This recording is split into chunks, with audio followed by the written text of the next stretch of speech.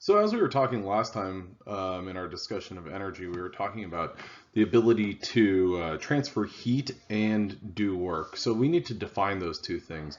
One of the things that you'll regularly see is a parameter identified as Q, which is heat.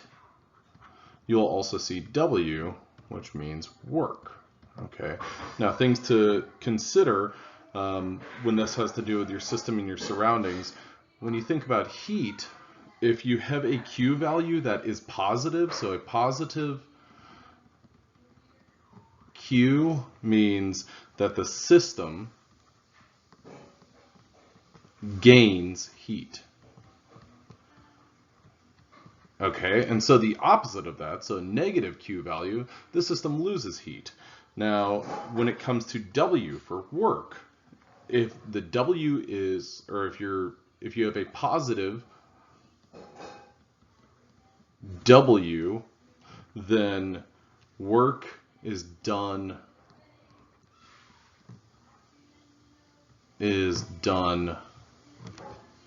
on the system. And when you compare that to a negative W, that means work is done by the system. All this relates back to a value known as U, which is your internal energy. And this internal energy is the sum of the heat and work as it pertains to the system. So internal energy, you'll sometimes see delta U is equal to Q plus W. Okay, so the internal energy is equal to the work done by a system or onto a system and the heat done or produced by a system or absorbed by a system. So those are two parameters that are really worth keeping in mind for this discussion. Now, if you've ever taken a physics class, the work or the idea of work is not something that's really too radical. And generally the work calculation that you use is W is equal to F times D, which is force times distance. So work is force applied over a distance. Now for what we're doing in this class, it's a little bit different. We are concerned with work, but what we're concerned with is the application of pressure and how that changes in a volume, or how that changes volume. The most common work form done by a chemical reaction is called the pressure work, or pressure volume work. And so that is going to be W is equal to negative pressure times the change in volume. The change in volume is the pressure work in the pressure volume work calculation is analogous to the distance traveled in a standard work formula. So I just want you to be familiar with those slight differences slight differences there. Okay, so now when it comes to chemical reactions, however, what we are ultimately concerned with is something referred to or known as enthalpy. So we're looking at the enthalpy change of a given reaction. What enthalpy change is signified by H, and we'll use the equation delta H is equal to delta U plus P delta V. Now some of these factors should be a little bit familiar to you. For instance, whenever we talked about U, we were talking about the internal energy. And our internal energy was equal to, U is equal to Q plus W, okay?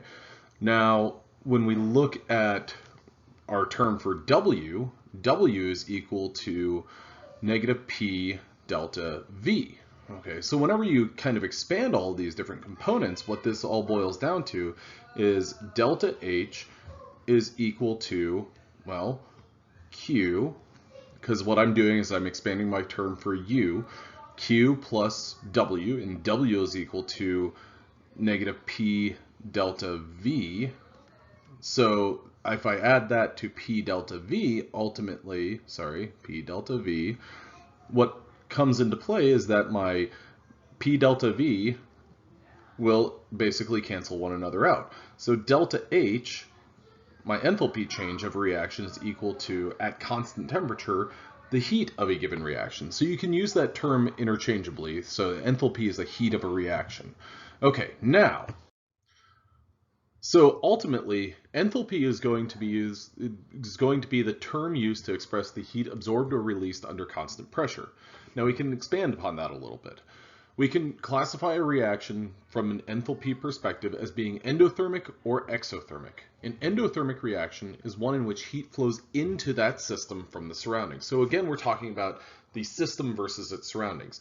So an exothermic reaction means that heat flows out of the system into the surroundings. So think about something as a reaction that if you're holding it in a Erlenmeyer flask in your hand and that gets warm, that is an example of an exothermic reaction. So now you think about the opposite of that, something that gets cool, a reaction that gets cool. Well, that would be considered an endothermic because it's absorbing heat from the surroundings. So your hand is going to be cooler because of the fact that that reaction is pulling that heat energy from your hand.